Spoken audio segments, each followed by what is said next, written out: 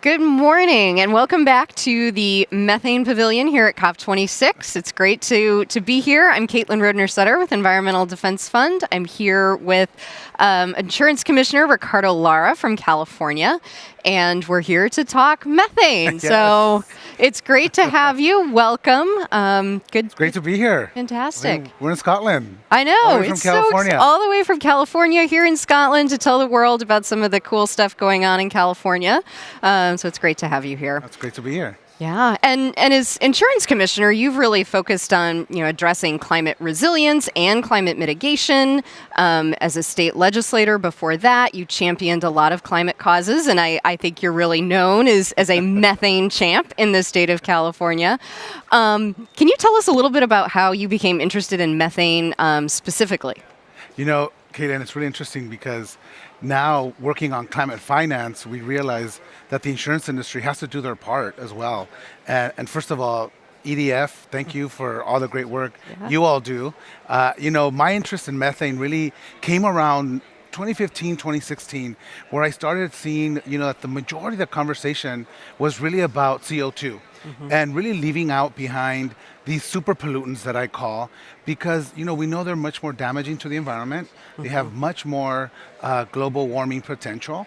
And we started seeing kind of Japan, Canada, the EU start addressing some of these issues. And I started to focus on the fact that, methane was a big part of this discussion, and nobody was really talking about methane in California at the time, and so we realized, wait, methane contributes 40% of the methane emissions really come from agriculture, and so I delved into this head on, talking about how can we reduce methane, because as you know, it's deadly, and it's not only for us as humans, but to our planet. And 40% of the methane emissions globally come from agriculture and livestock. And so started to have those conversations and really embarked on this journey where now California has these really good, tough targets to reduce methane. Yeah. I mean, that's exactly what I, was thinking about. How, as a state senator back in, 2016, Right. you authored Senate Bill 1383, which committed the state to achieving 40% reductions in methane emissions below 2013 levels by 2030. So great to have this methane target in statute. What is the importance of having a specific target? Having a target is critical because it gives, in this case, our agriculture industry an opportunity to plan for the future, and then for the state to really start committing resources to help, our agricultural industry. And I can tell you, the conversations I had in the beginning, where I had all these dairymen, and they were all men, I'm sure, in my office back in Sacramento at the time, and they were like, "What do you know about the dairy industry? You're from LA." And I said, I know absolutely nothing, but I know that we're going to work together. We both agree that methane is bad, and I'm not going to commit you to anything, one, that we can't be able to fund as a state. Yeah, that's a really great example of partnership and sort of how we need to work together on these really challenging problems. So I guess the natural next question is how is it going? California's invested, what are we at, over $200 million? $250 million. $250 million in this work to address ag emissions, specifically from dairies. How is it going? What has California learned? So, the money's really gone to helping small and large dairies start working on the technology to convert that methane into energy within their own dairies. Also, the money goes into future research about how, what else do we continue to do to bring down those methane levels in California. And additionally, looking at dairy alternatives in terms of manure management, that is critical. And so we've done a lot, and we continue to invest millions of dollars, but of course, it's a drop in the bucket in terms of what else we have to do, right? We have to continue to look at the transportation sector, landfills, food waste and all these things Absolutely. that contribute. So there's a lot more to do, but I'm proud to say that, we were able to get this done, really set the trend. Once again, California leading the way globally. That's right. Yeah. And now you see, President Biden's administration really not only, first of all, saying super pollutants, which I'm super stoked about. That's right. The nerd in me is, loving Super that, cool, yeah. that the super pollutant term has really, taken flight, and that here at COP, there's a global discussion now about super pollutants, methane, HFCs, black carbon, now part of this conversation, because if we're going to get to a net zero economy, super pollutants have to be part of this Absolutely. dialogue. Absolutely. Yeah, I mean, this is one of those great examples where California really has led the way in a way, and is taking this message and lessons to the rest of the world here at COP, which is exciting.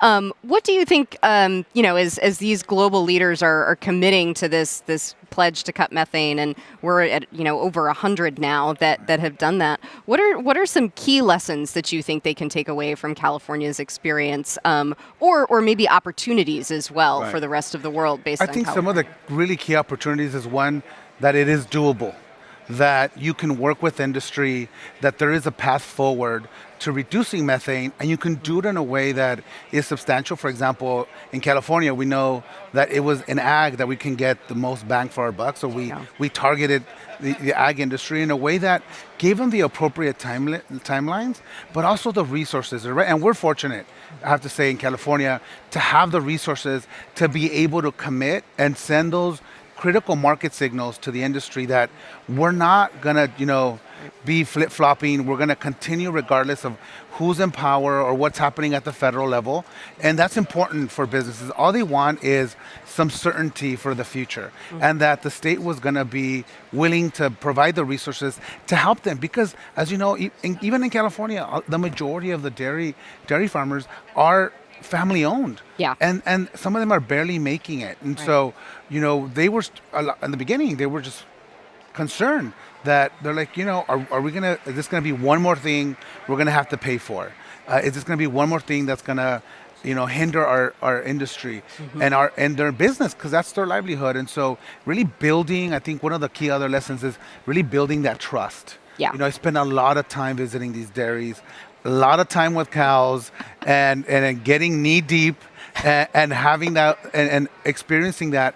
Once you build that trust, I was able to really not only understand the industry, familiarize myself, internalize that, and then realize, okay, this is what we need to do moving forward, and giving them a realistic timeline, right? Yeah. I wasn't interested in forcing a timeline that they weren't going to be able to meet, because that doesn't benefit anybody. Right. And so now, we have several dairies that are generating energy from the methane they're creating, keeping it within their own farms, and some of them even unplugging from the grid because they're generating enough energy. Yeah, So, amazing. the next challenge for us is going to be, how do we connect them to the grid so that they can sell their energy that they're creating, Yeah. which is another profitable opportunity for dairies. Who knew, right?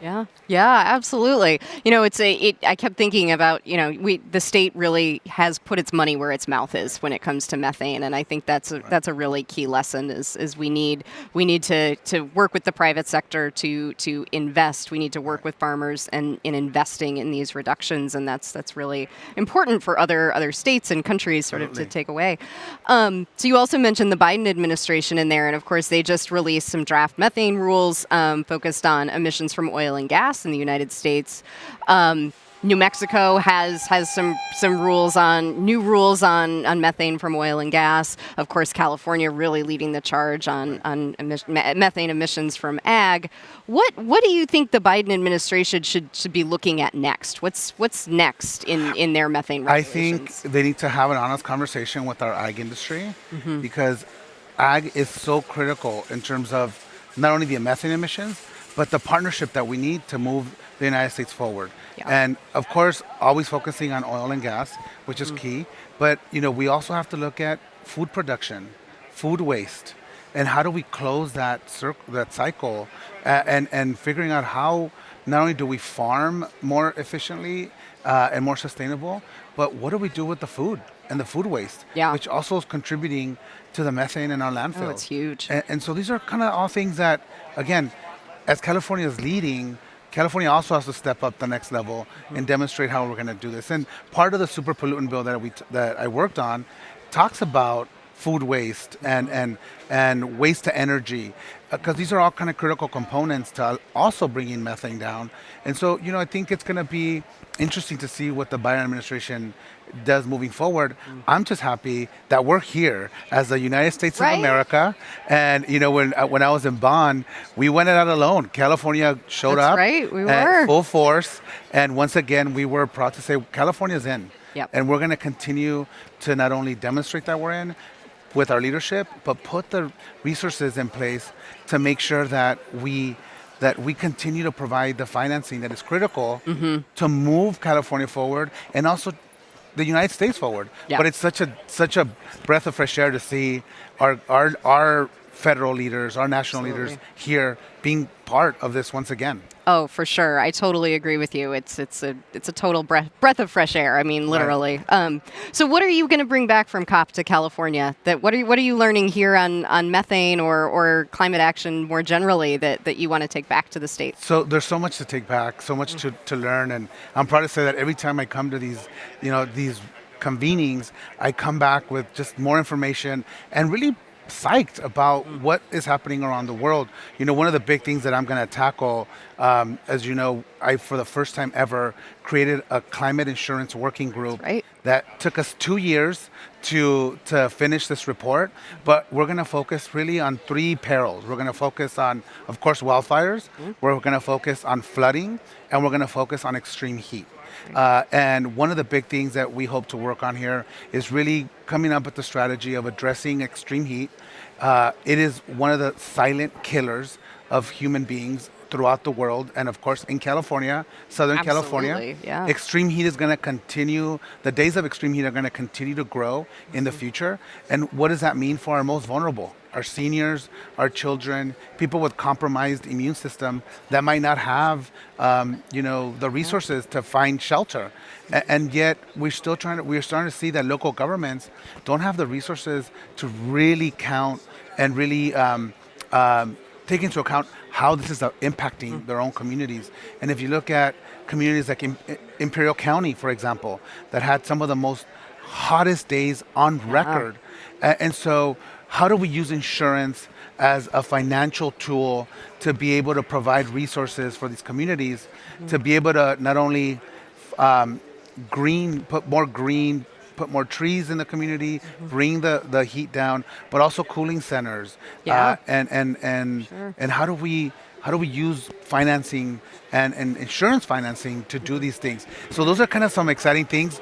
Obviously, we're looking at parametric measures to figure out how we help communities close that insurance gap, because we know that after a big fire, a big flood, which we've had in California. Absolutely. I mean, I'll tell you one thing that I had never thought I was going to be as insurance commissioner is all these perils are happening at the same time. All at once. You know, you have a fire, and then after the fire comes the flooding, and then you get an earthquake scattered here and there. So it's never a dull moment in the Department of This is Insurance. true. I'm sure. But the beauty about being able to help people when they're most vulnerable is something that I love about the job. Yeah. And when you to be able to be there and say, we're going to help you from the beginning of the peril to helping you rebuild and helping you move on with your life is something that I feel so fulfilling and gives me kind of that hope that, government's here to help. And we're going to do that in the department as an insurance commissioner. So, it's really looking at closing that gap, because we know after a big wildfire, for example,